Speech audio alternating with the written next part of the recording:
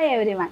ഈ മാസം റിലീസിനൊരുങ്ങുന്ന ഇഷ്ടരാഗം എന്ന സിനിമയിലൂടെ പ്രധാന വേഷത്തിലെത്തുന്ന ജിഷിനാണ് നമ്മുടെ ഒപ്പം ഉള്ളത്. ഹായ്, വെൽക്കം ടു മാപ്സ്റ്റിക്ചർ. സോ ആദ്യം തന്നെ ഈ സിനിമയുടെ കഥാപാത്രത്തിനെ പറ്റി പറയാവോ? ഇതിനകത്ത് എൻ്റെ കഥാപാത്രത്തിന്റെ പേര് ജഗൻ എന്നാണ്. ജഗൻ. ഭയങ്കര നോട്ടബിൾ നെയിമാണ്. അതിനകത്തൊരു നെഗറ്റീവ് ഷെയ്ഡുള്ളൊരു ക്യാരക്ടറാണത്. Like it's not cruel. ഒരു MLA-യുടെ മകനാണ്. So you can imagine spoiled kid പോലത്തെ ഒരു സംഭവമാണ്. അതിനകത്ത് നായികയും നായകനും കൂടിയിട്ട് അവരുടേതായിട്ടുള്ള സ്ട്രഗിളിൽ കൂടെ പോകുമ്പോൾ അതിൻ്റെ ഉള്ളിൽ കൂടെ വന്നിട്ട് കുറച്ചുകൂടി പ്രശ്നങ്ങളുണ്ടാക്കും. അങ്ങനത്തെ ഒരു ക്യാരക്ടറാണ് അതിനകത്ത്. അപ്പോൾ ഒരു മോഡേൺ വേൾഡ് സ്പോയിൽഡ് കിഡ് എന്നുള്ള ടൈപ്പ് ക്യാരക്ടർ ആണല്ലേ പറയാം. ഈ സിനിമയിലോട്ട് എങ്ങനെയാണ്, ഈ ഒരു ക്യാരക്ടറിലോട്ട് എങ്ങനെയാണ് എത്തുന്നത്? ആക്ച്വലി ഇത് വരുന്ന എന്നെ ഈ മൂവിയിലോട്ട് റെഫർ ചെയ്യുന്ന അനീഷ് വർമ്മ എന്ന് പറഞ്ഞിട്ടുള്ളൊരു ഡയറക്ടറാണ്. തിലക്കത്തിൻ്റെ ഒക്കെ പുള്ളിക്കാരൻ ത്രൂ ആണ് ജയൻ സാറിലോട്ട് ഞാൻ കണക്റ്റഡ് ആവുന്നത്. ഇതിന് മുമ്പ് ഞാൻ മൂവീസ് ചെയ്തിട്ടുണ്ട്. അതെ, കുറച്ച് ഗ്യാപ്പ് വന്നിട്ടുണ്ടായിരുന്നു. ഞാൻ എൻ്റെ 3rd standard or 4th standard തൊട്ടിട്ടാണ് ഞാൻ അഭിനയിച്ചു തുടങ്ങി. ആദ്യത്തെ പടം മനസ്സിനക്കരയിൽ ശ്രീരാമേശ്വര പേരക്കുട്ടിയായിട്ട് മോനായിട്ട് ചെറിയ 2 പിള്ളേരുണ്ടായിരുന്നു. പിന്നെ വാമനപുരം ബസ് റൂട്ട്, അതിനകത്ത് ലാലേട്ടൻ്റെ കുട്ടിക്കാലം, പിന്നെ മയിലാട്ടത്തില് അമ്പലിച്ചേട്ടൻ്റെ ജഗതിച്ചേട്ടൻ്റെ മോനായിട്ട്, ബസ് കണ്ടക്ടറിൽ ഹരിശേഷൻ ചേട്ടൻ്റെ മോനായിട്ട്, പിന്നെ ഏതാ വേഷം ചൈൽഡ് ആർട്ടിസ്റ്റ് ആയിട്ടാണ്. അപ്പൊ അത് കഴിഞ്ഞ് പിന്നെ ഒരു ഗ്യാപ്പ് എടുത്തോ? സ്റ്റഡീസും കാര്യങ്ങളൊക്കെ ആയിട്ട് കുറച്ച് ഗ്യാപ്പ് എടുത്തിട്ടുണ്ടായിരുന്നു. അത് കഴിഞ്ഞിട്ട് പിന്നെ ഒരു തിരിച്ചു വരവാണ് വീണ്ടും സിനിമയിലോട്ട് ഒരു തിരിച്ചു വരുമ്പോൾ. അതിന് ശേഷം ഞാൻ വേറെ സിനിമ ചെയ്തിട്ടില്ല.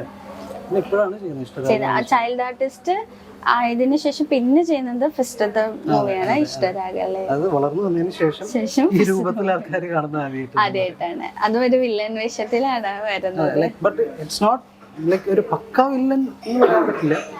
ഈ പറഞ്ഞ പോലെ ആ ഒരു സംഭവമാണ് കൂടുതൽ.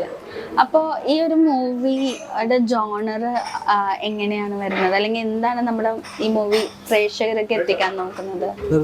റൊമാൻസ് ഉണ്ട്, കുറച്ച് കോമഡി ഉണ്ട്, കുറച്ചൊക്കെ ആൾക്കാർ സസ്പെൻസിൽ ഇരുത്തുന്ന ടൈപ്പിലുള്ള ഒരു സംഭവമാണ്. ഒരുപാട് ക്യാരക്ടേഴ്സ് വരുന്നുണ്ട്. എൻ്റെ സ്റ്റോറിയിൽ വരുന്ന ചേഞ്ചസും കാര്യങ്ങളൊക്കെ ആൾക്കാരെ എൻ്റർടൈൻ ചെയ്യാനുള്ള സമയം കുറേ ആർട്ടിസ്റ്റുകളുണ്ട്. ലൈക്ക് ഫെമിലിയർ ഫേസസ് ആയിട്ട് കുറേ ആർട്ടിസ്റ്റുകളുണ്ട്. ഓൾറെഡി നമുക്ക് സിനിമയ്ക്കകത്ത് തന്നെ കണ്ടു പരിചയമുള്ള ഒരുപാട് ഫേസസ് ഉണ്ട് അതിനകത്ത്. അതിൽ കൂടുതൽ എനിക്ക് പറഞ്ഞാൽ ലൈക്ക് ന്യൂ ഫേസസ് ആണ് കൂടുതലുള്ളത്. ചിലപ്പോൾ ആൾക്കാർക്ക് ഇപ്പോൾ പെട്ടെന്ന് തന്നെ കണ്ടാൽ മനസ്സിലാവില്ലല്ലോ. എന്നെ പോലുള്ള മറ്റു ആർട്ടിസ്റ്റുകൾ 3-4 ആൾക്കാർ ഓൾറെഡി ഉണ്ട് എന്നാണ്. അപ്പോൾ അവർക്കും കൂടി ഒരു ഫസ്റ്റായിട്ട് ചെയ്യുന്ന മൂവി ആയതുകൊണ്ട് അവർക്ക് എൻട്രി, എനിക്കൊരു റീ എൻട്രി അങ്ങനെ പറയാം. ഇപ്പൊ ഇതുവരെ ചെയ്ത ക്യാരക്ടേഴ്സ് എന്നൊക്കെ നോക്കുമ്പോൾ ചൈൽഡ് ആർട്ടിസ്റ്റ് ആയിരുന്നു. സോ അതൊക്കെ കഴിഞ്ഞു ഇപ്പോ വലുതായി നമ്മുടെ മുന്നിലേക്ക് ഒരു വില്ലൻ ആയിട്ട് വരുവാണ്. സോ വാട്ട്സ് ഡിഫറൻസ്, ലൈക്ക് എന്തെങ്കിലും ഡിഫറൻസ് തോന്നിയോ? ഡിഫറൻസ് എന്ന് പറഞ്ഞിട്ടില്ല, ഒരു സീരിയസ്ലി ഒരു ക്യാരക്ടർ ചെയ്യുന്നത് ആദ്യമായിട്ടാണ്. നമുക്ക് ചൈൽഡ്ഹുഡിൽ നമ്മൾ ചെയ്യുന്ന ക്യാരക്ടേഴ്സിന് അത്ര വലിയൊരു ഡെപ്ത് എന്ന് പറയാനായിട്ടുള്ള സംഭവം ഇല്ല. പിന്നെ എനിക്ക് ഈ ക്യാരക്ടർ റോൾസിനോടൊരു താല്പര്യമുണ്ട്. കാരണം ലൈക്ക് എന്താണ്, നമ്മൾ മറ്റൊരാളായിട്ട് ജീവിച്ചുകൊണ്ടിരിക്കുക എന്ന് പറയുന്നൊരു സംഭവം കുറേ ആക്ടേഴ്സ് പറഞ്ഞിട്ടുണ്ട്. അതെ, അപ്പോൾ അവരായിട്ട് മാറുക, എനിക്കത് എന്തോ പേഴ്സണലി എനിക്ക് ഇഷ്ടമുള്ളൊരു കാര്യമാണ്. I like to experiment. അപ്പോൾ അത് I actually I am enjoying the process actually. And also like characters മാത്രമല്ലല്ലോ, ഇപ്പോൾ ഈ വാമനപുരം ബസ് റൂട്ട് അല്ലെങ്കിൽ മനസ്സിനക്കരയൊക്കെ എടുത്ത ടൈം ലൈനും ഇപ്പം നല്ല ഡിഫറൻസ് ഉണ്ട്. അതിലെന്തെങ്കിലും വ്യത്യാസം തോന്നിയിട്ടുണ്ടായിരുന്നോ? ലൈക്ക് ആ ഒരു കുഞ്ഞതായിരിക്കുന്ന ആ സമയത്തുള്ള സിനിമകളും ഇപ്പോഴത്തെ സിനിമകളും നല്ല ഡിഫറൻസ് ആണെന്ന് തോന്നിയിട്ടുണ്ട്. സിനിമകളിൽ ഉള്ള ഡിഫറൻസ് ആയിട്ട് കൂടുതൽ എനിക്ക് തോന്നിയിട്ടുള്ളത് നിങ്ങളുടെ പ്രസൻസ് ആ സമയത്ത് ഇല്ലായിരുന്നു. കാരണം വെച്ച് കഴിഞ്ഞാൽ അന്ന് ചെയ്യുമ്പോൾ ലൈക്ക് സോഷ്യൽ മീഡിയ അല്ലെങ്കിൽ മാർക്കറ്റിംഗ് എന്നുള്ളൊരു കോൺസെപ്റ്റ് ഭയങ്കര കാര്യമായിട്ടുണ്ടായിരുന്നില്ല. ലൈക്ക് ഇപ്പോൾ റീൽസ് അല്ലെങ്കിൽ ഫേസ്ബുക്ക് അങ്ങനെയുള്ള റീച്ച് കിട്ടാനായിട്ടുള്ളൊരു ഓപ്ഷൻ അന്നത്തെ കാലത്ത് അന്ന് അറ്റ്ലീസ്റ്റ് ചെറിയ രീതിയിൽ ഫെമിലിയർ ആയിട്ടുള്ള ആൾക്കാർക്ക് അതൊരു ഓപ്ഷൻ അല്ലായിരുന്നു. അതിനുശേഷം കുറെ കാലഘട്ടത്തിന് ശേഷം വന്ന സിനിമകൾക്കാണല്ലോ ഇങ്ങനത്തെ ഒരു ഓപ്ഷൻ. അപ്പം ചെറിയ റോളുകൾ ചെയ്ത് പോകുന്നവർ പോലും ക്ലിക്കായി പോയി പെട്ടെന്ന് ഇങ്ങനെ കയറി വരുന്നൊരു കാലഘട്ടമാണ്.